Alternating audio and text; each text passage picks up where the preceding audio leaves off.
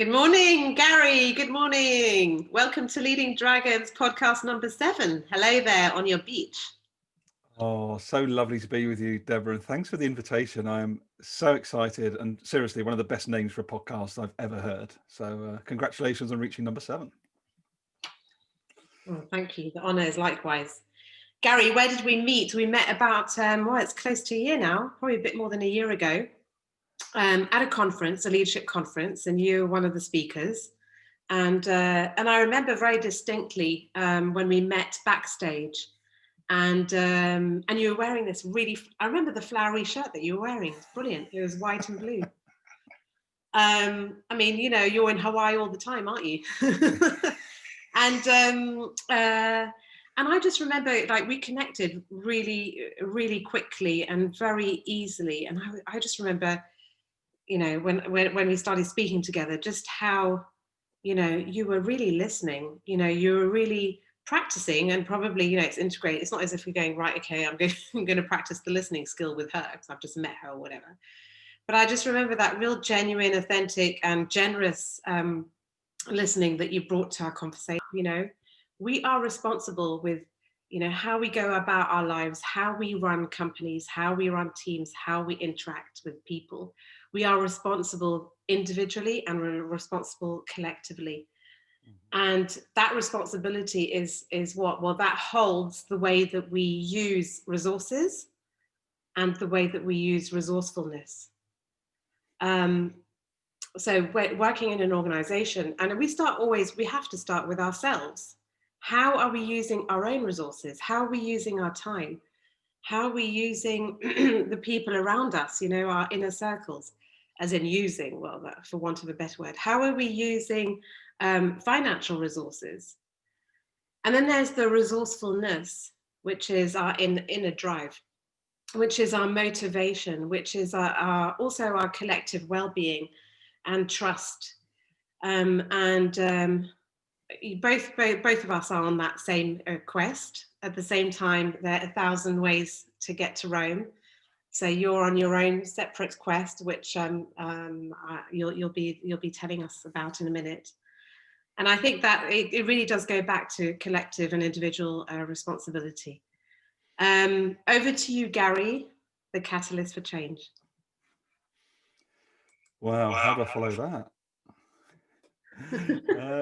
No, first of all, it was an absolute joy to meet you alongside Cornell Thomas and many other amazing humans at the Ignite conference last year, Deborah. And I think I'd love to start with that beautiful first moment we did connect, because I think within the corporate world, we're so wrapped up still in professionalism, identity, the job that we're actually doing, that we spend quite a lot of time trying to navigate the work world so that we find out where we belong or not. And we just met a year ago and just went straight down the rabbit hole. Yeah. Who are you? What are you about? Like, why are you here? Like, what are you hoping to take away from this? And I just think, like, that's what I believe my work is now, for the rest of the time on this planet, Debs, is just really to shine that light, to show people that they are already enough. They don't need to attach their well-being and their self-worth to their job or that holiday or that next big car they're going to get. Like, the system is designed for us to be codependent. We don't need the system for us to be codependent. We need to be dependent on ourselves first, as you said, and then on each other. And I believe we're at a consciousness shift right now where we're starting en masse to realize that. And that's pretty exciting, I think. Yeah, the consciousness shift. And I remember, Garry, well, you are the podcaster of podcasters. You launched Value Through Vulnerability series. Was it a couple of years ago now? Yeah, back in May 2018. Yeah. Yeah, and you invited me back in June this year. Would you like to tell us a little more about Value Through Vulnerability? Why you founded it and how it's what it's brought to you? Yeah, thanks for the question, Dev. I think for me, so I started the podcast back in May 2018 because at that time I was sort of 2 years in to this awakening journey, or whatever people want to call it. And what I was basically looking for was the content around what is it like to be human in the workplace in 2020? You know, how do we actually get rid of this need to show up as something inauthentic, or just as that very narrow job spec that we're all taught through education, through our parents, or very innocently. You know, Mm, I look at it like if you think about a triangle for a second, mm, we start at that base level of the triangle, like 100% of us, we're completely open and full and creative and curious and really excited and just really just sucking in what life can offer us. And that narrows as we go to the tip of the triangle. So by the age of 18 and we go into the workplace, we're probably 10% of that creativity and that openness and that excitement and that wonder, because we're now conformed to all of the different systems that have narrowed us down. So I spent 39 years narrowing myself from this open humanity, this wondrous being that I came into this world as. And as our mutual friend, like Conrad Thomas says, like there's a 1 in 460 billion chance or something of those two sperm mixing and us coming into the world. Like it's ridiculous odds for us to be here. Yet we spend the first 18 years of our life wasting basically a lot of that potential until we hit the workplace. So I hit age 39, Debs, and I was just like, oh my God, I've got the car, I've got the house, I've got the nice life. Oh, is this it? Is this really it? mm, So I then got curious around, okay, got into HR, organizational development and design and etc., learning development. And then in May 2018, I was just like, hang on, like I've done all of the theory stuff. Yeah, I've done a great learning development program. I've helped redesign some of the structures in the organization. And so what? You know? And mm, I was like, so what? So what about that? Like we're not talking about our humanity. We're not talking about how do we interrelate with each other. We're not talking about are we going home fulfilled and energized at the end of the working day. And to do it, and for us to design work to be more human, like Levin throws away that term, but how do you actually do it, Debs? How do you actually activate humanity in work? You've got to go through the gateway of vulnerability, and that's what I've been. Excuse me. That's what I've been learning. I couldn't find the content anywhere. I was like, where's all the like everyone's talking about, ROI and being self-aware and all of this stuff, but no one was actually talking about the journey of the work. You've got the theory, you've got the concept, you've got the book. Like, who's actually done the work? Like, where are those conversations, Deb? I couldn't find them. mm. So I was like, okay, might as well set it up then. So I then spent the next 2.5 years recording over 150 episodes on the platform. I closed it down about 2 months ago and the reason I closed it down is that it's a great body of work. It's now there with CEOs, consultants, D&I professionals. But it was like, and I'm sure you find it with this podcast as well, it's an incredible personal learning experience that you share with your guest and with the listeners. But I've done it, and not like that journey's now done. There might be another podcast that comes in the future, who knows? Mm. But that particular podcast for the last two, it's done what it needed to do for me, and I believe to build a body of work that other people I believe can then tap into as well as this consciousness shift continues. Wow. And you're still on your journey, Garry. And yeah, Just getting going, I think. just getting going. I very much loved your the image of the triangle, that how we start, we're just totally open and spontaneous and feeling creative, open-minded, non-judgmental, accepting things for who they are and just absorbing like sponges.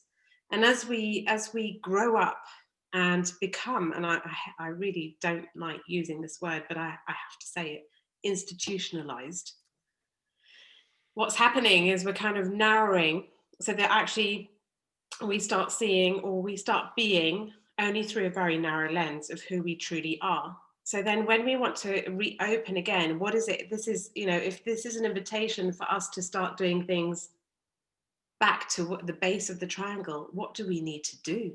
So embracing vulnerability is easily said than done, particularly in an environment which is risk averse, for instance, in an organization. Particularly in an environment where, you know, you can't make mistakes. You'll be reprimanded if you make a mistake. Where performance management systems are, oh, well, you didn't achieve that you didn't achieve this objective that we aligned with at the start of the year. Sorry, not only you're not going to get your bonus, you know, whatever it is. And it's having that, it's also being able to create that environment to enable people to open up again and to go back into exploring once again who they are, and also stripping away all those layers of conditioning and institutionalization. Is that a word? Definitely is. Now it is. And I think and that's what it is where there's a need, an urgent need for companies, big and small, no matter what sector, no matter what industry, they need to, you know, look again at where they're at, what their culture is, and what is the culture encouraging, what behaviors are encouraged within that organization. And if there's a very tall hierarchy ladder, for instance, well, you know, is there going to be creativity? And yet this is what companies need more than ever, particularly this year, given the VUCA environment in which we're now having to function. Just 100%. You know, I cannot disagree with anything you said, and I would actually build on it even further, Debs, by saying, what are we afraid of? Like, because when we look at hierarchy, people do think of that pyramid, and understandably, but I think it's important to think about positional power and not just hierarchical power.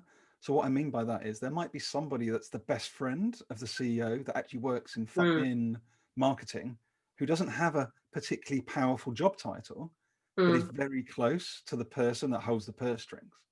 And if you don't understand that positional power within a network, that is as damaging sometimes as the traditional top-down. And I genuinely believe we talk a lot rightly about inclusion, equity, diversity at the moment. That will only ever land, that will only ever come to fruition if we do start opening up that aperture again, when we truly do start seeing each human being as worthy, as that they matter, as important, and as Bob Chapman says, as somebody else's precious child. Like I still believe in organizations, people are not seen as humans, they are still seen as numbers on a spreadsheet. And that phrase is used a lot, but I really want to hammer home for your audience. Like, we make a choice every single day how to show up, and we also make a choice every single day how to treat other people. But change is an inside job. You've heard me say that a lot, Deb, and it starts with us, as you said at the beginning of this conversation. And that comes with accountability, it comes with courage, it comes with vulnerability. But I really invite your listeners, please stop looking for the outside world to solve any of your challenges, or to validate you, or to make you feel like you're good enough. Like, go inside first. Like, surround yourself with a good community, get challenged, meet people that don't look and sound like you. Like, this is the stuff how we start to grow individually, then that collective piece comes to fruition. And you mentioned the word community, and that's so important. The more you start exploring, you know, self-discovery, you know, self-awareness, each one of us, we need that active support. We need our tribe. We need to build our tribe. We need that community, because alone, you know, it's already quite a lonely journey as it is. But if on top of that you're not well surrounded, it's a scary place to go. Garry, you mentioned fear. Leading dragons are fearless leaders. I consider you to be one of those. Tell us a story where you were faced with your own fear and you chose to not let it overwhelm you. God, how many stories do you want me to tell today? I've got loads of them. As many as you want. I'm actually going to tell you two, actually, if I may. So one of them, and they're both very current, because also I think what's important about these comments, sometimes it can sound a bit theoretical, and okay, great, Deb's doing the work or Gary's doing the work, you know, I'm listening and I'm like, I want to do that, but I'm scared these guys have done it. Like every day, every week, it's a continuous journey. And this year has been big for me, not just because of COVID. So one of the fears I dealt with was having testicular cancer back in March. Like went from having a pimple in my right testicle at the end of January to having it removed on the 19th of March 2020. In less than 8 weeks, it went from nothing to the weight and size of a hockey ball. Like just incredible growth. And through that period, I sat there. There was 1 or 2 days where I literally just sat in my apartment, very present, and just went, what if today was my last day?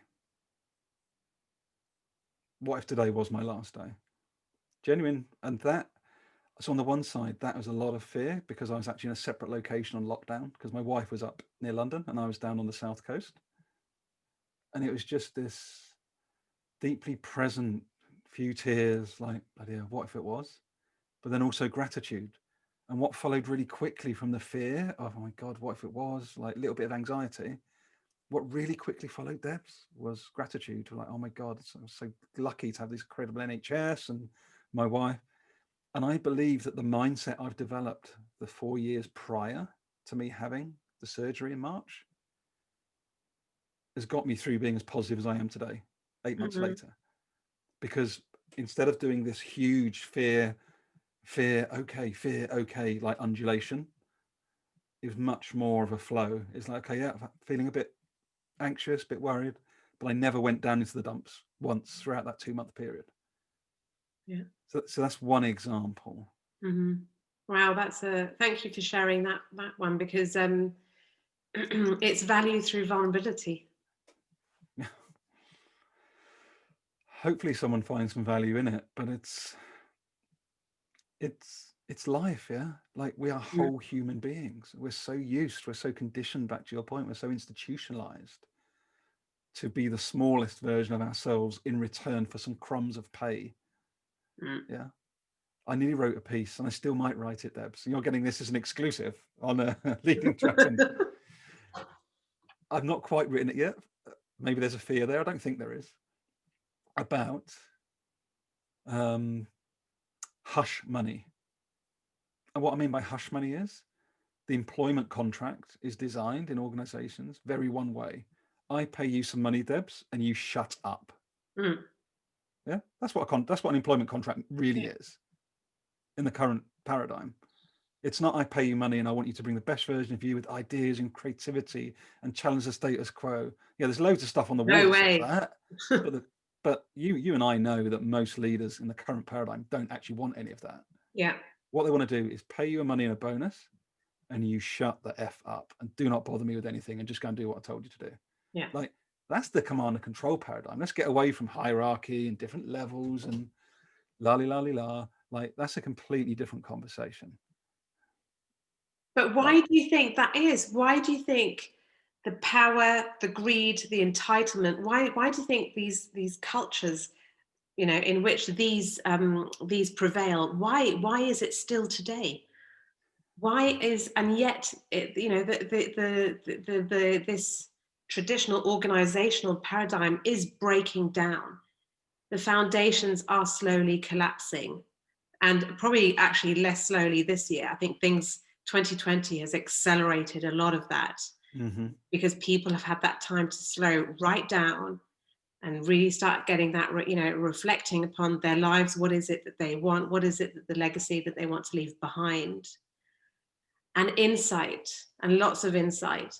So, you know, people even today, it's unbelievable, are still talking about, gosh, can't wait for the normal to go back to normal. It's like, how can you even still be thinking that before the pandemic, the global pandemic broke out, how can you even still think, number one, that we're going to go back to that normal, and number two, that it's even normal? This is a perfect opportunity to wake up, to shake up, to shake, because the foundations are being shaken up. And those who want to stay so rigidly in their structure and in their power, greed, and entitlement cultures, well, they're the ones that are going to eventually be left behind. So, Garry, why do you think they are still so prevalent in today's society? Let's use that triangle analogy again. Mm-hmm. You and I didn't even rehearse this. This is a really cool exploration. So, like when you Love it. back to the top of that triangle, Yeah. don't forget there's an elite of business owners, of politicians, of governments, of systems that already have everything they already need above the tip of that triangle. Yeah. That's called privilege. Yeah. So the majority of businesses, so what sits above the top, and you worked in this sector, is banking. The financial services industry and our pensions sits above the top of that triangle. It is heavily linked to everything that we access, whether it's money, whether it's resources, whether it's our salary. And until that foundation shakes, we're going to continue to, because that's ultimately where all of this comes from, is we'll give you money in return for X. Give me the proof that you will return this investment in 5 months and I'll give you Y. So the command and control comes from the financial services. It's heavily comes from the financial system. Now, it's not one person, but the whole industry. Yeah. Think about it. If everybody if everyone pulled their savings out of their account or their pensions out of the account today, like every single one of us, the whole system would crumble. The system is built on reselling thin air, resell thin air, resell thin air, resell thin air. And there's only a privileged 1% of humanity that benefits from that system continuing to operate in the way it does. And that system feeds the people that own the businesses. They get their bank loans, they acquire new companies through that system. And until that changes, truly, so like BlackRock, as they did this week, saying the circular economy matters, let's invest in renewables. You can't say that and still have a major portion of your investments in fossil fuels and crude oil and coal. Like you can't, you can do both, but you've got to be putting a lot more money towards the renewable part and far less against the fossil fuels part. You can't be investing in both as part of your strategy. Yeah. Like Well, you it's a have to kind be of doubling down. contradiction in terms, isn't it? Totally. Yeah. And like this is, and again, everyone's doing the best they can in the moment. So there's no one person's judgment. But I think this is really important that people understand how we fit in with this system, because this is the leading dragon part, right? That's where I'm spending the rest of my life now, as you know, is trying to be the, not just an agitator, but the space holder that brings together different parts of the system. So finance, chemicals, consumer, manufacturing, because we're so used to being conditioned and institutionalized, to use your words, into individualization. I would like, let's go right back to like grassroots. Here's my iPhone. I want to market to a 14-year-old girl that she needs to get the iPhone 13 and then she'll be okay, because she'll go into school and show all of her class that she's got the latest iPhone. Then they'll go into their parents and say, like, I need the latest iPhone, because they've all got it. Then the parents have to dig into their pocket to get the Christmas print to go and make sure they have the latest iPhone.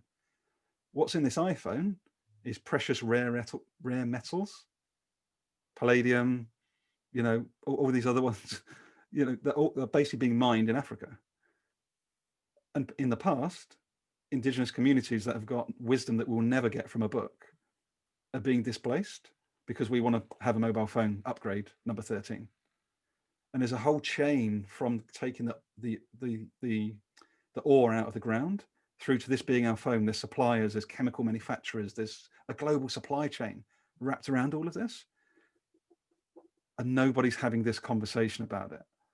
Like, what's our role individually? What's our role collectively? How do we get everyone in a room to actually truly try and heal this individually and collectively what's going on?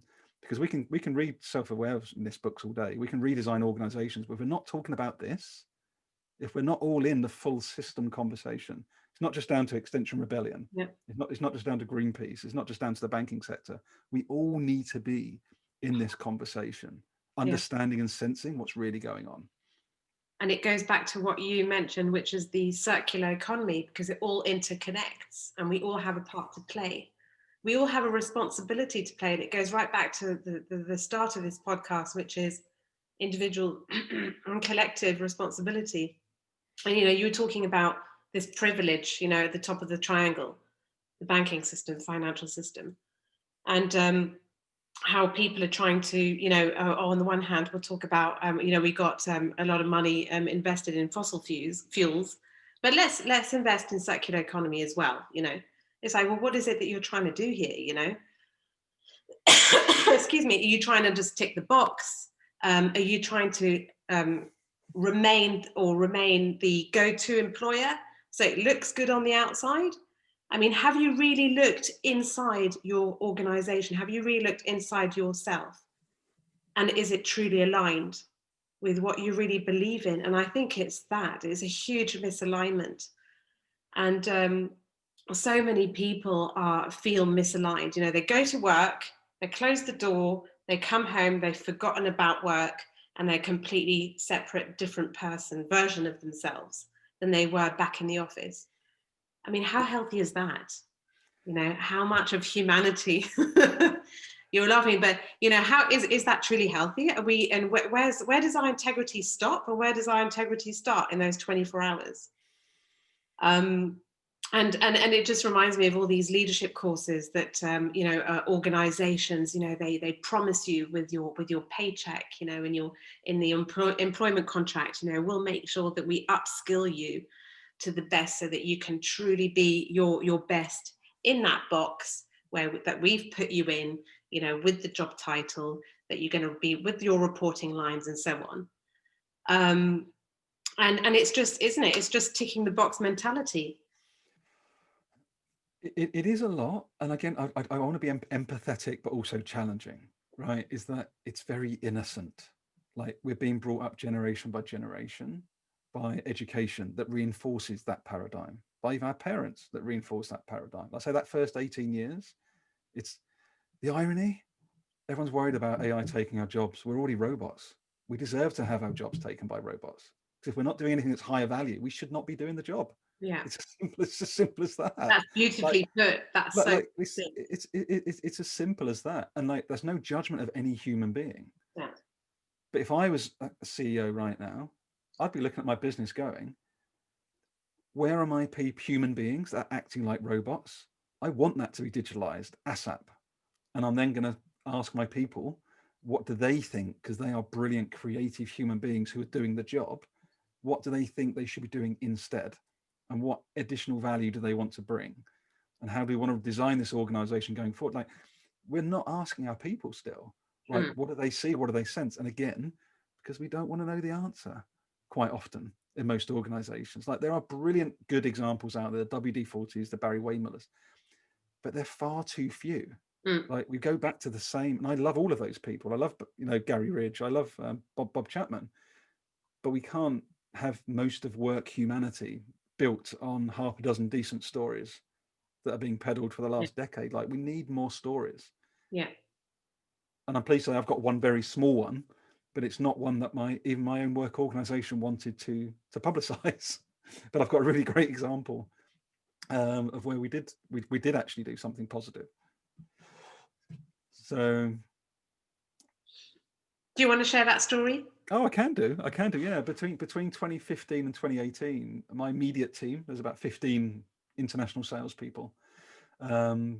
We used to, as so many businesses, and again, it's all very innocent. It's no individual being like judged here at all. This is all systemic. It's like systemic racism, systems at work. It's all the same stuff.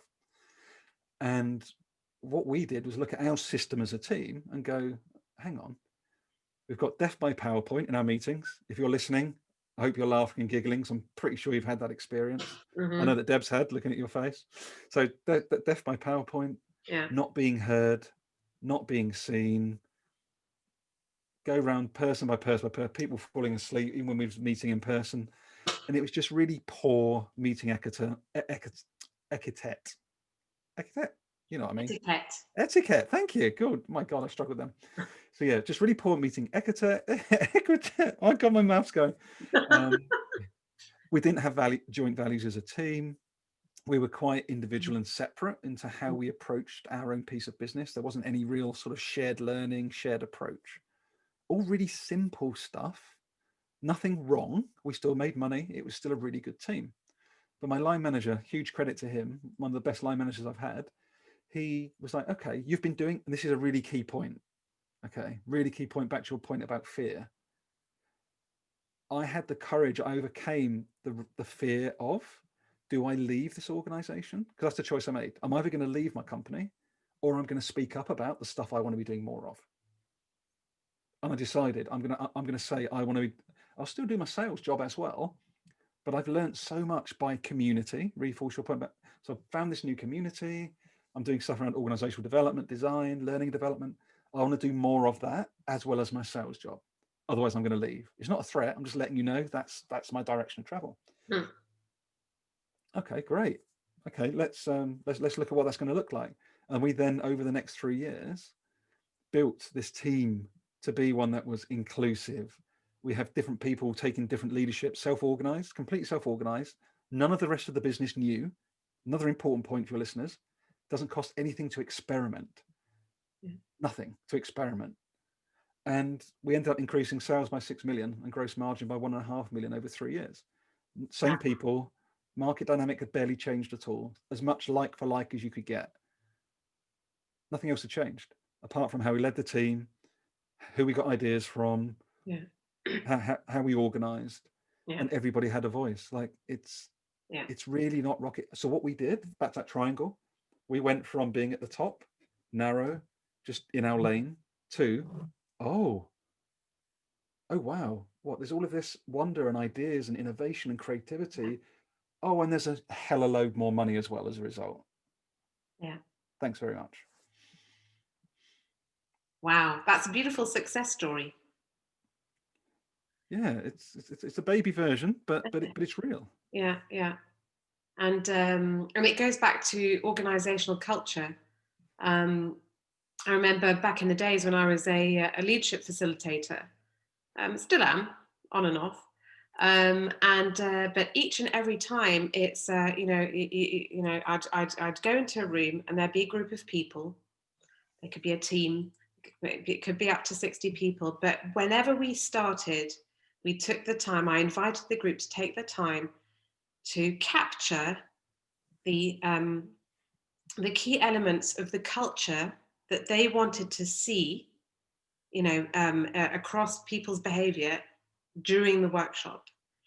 So they captured it. So that was the easy part, right? It's easy to capture. It's like easy to capture your values. You just like stick them on there, put them on a bronze plate, put the bronze plate out on the by the front door of the office, whatever it is. Yeah, it's always up there. Great. But then it's about calling people out when they're going against or when they're not honoring the culture that they had collectively captured. And and during the workshop, so often it would happen at one stage, and I'd say, okay, pause, right, so group, what is it that you're noticing that's happening right now in the room? And even just that shift for people to actually become more aware of what's really happening and realizing that they are each individually and collectively responsible for feeding and honoring their culture continuously, that it wakes them up. And I'm like, this is the reason why I'm doing this exercise with you. Because as soon as you leave the room, okay, you've done great work in the room, but that's just the beginning. That's just the easy part. The hard part is sustaining it and calling people out on it when they're not honoring the culture. Powerful work. So well done Powerful for work. those three years, Garry, with that team of totally going from, this point of the triangle to opening people up and then sustaining it and working in that new culture where exploration and creativity brought, multiplied your sales, your sale returns. No, I appreciate that, but I want to challenge myself as well, though, because I think you made a great point. Is like when we say it is still sustained. The great thing is we're now on another 2 years, and that culture is still very, very strong, but everybody isn't role modeling it all of the time because they're not always being asked about it. So that exercise you just shared is a really great learning for me as well, to be honest, because it is everybody's responsibility. But people don't, again, we I want to come back to where you started, Deb. We disempower ourselves as soon as we separate home from work. We're basically giving away all of our power and going, okay, you now own me, work organization. Yeah. Hush money. Yeah, back to that point. Basically, Hush money. yep, I'm going to stay quiet. You're paying me. Thanks very much. And I'll become a human when I go home, virtually, at the end of the day. And I just think, please, please, please, can we stop doing that? Yeah. Yeah. It's just an invitation. There's no, like, just, there's so much more in every single one of us. Yeah. But it does start with us. You know, we've got to show up more fully. We've got to challenge. We've got to ask the difficult questions. Give you an example, Deb. So even I'm challenging my own company and others around like sustainability reports. So if we're saying we're moving towards a certain like improved diversity of our board, like what are we actually doing about that? Don't just say it. Back to your point about tick boxing. Like what are we actually doing? Every single one of us has got the equal right, human right, to ask, what are we doing as a business then to reach that number? But no one does it.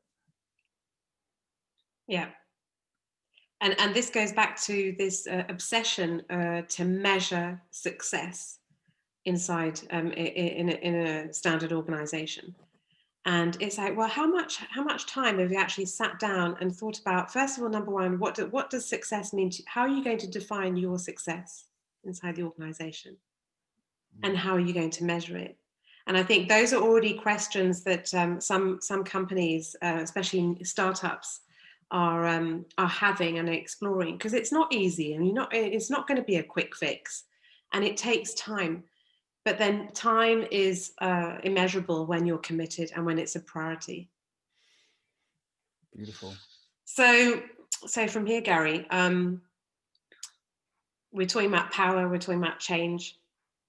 Over to the listeners, Garry, what do you believe that we can start doing differently today for tomorrow? So there's two things that come to mind straight away. Mm-hmm. Three, actually. One is, as you said earlier, build your tribe, build your network outside of the work organization that you work in. So no matter what they are, whether NGO, private, public sector, have a look at your network, like LinkedIn and personally. What does it look like? Is it very much the same as you? So if you're black, brown, white, disabled, are you spending all of your time with people that look, sound, or have a similar experience to you? If so, intentionally diversify that and do that within the business, but especially outside of your business. LinkedIn is a great resource. Just approach people without any ulterior motive. People will feel it energetically. Yeah. I've been doing a lot of that the last few weeks. So that's number one, is like intentionally diversify your network inside and outside of your work organization.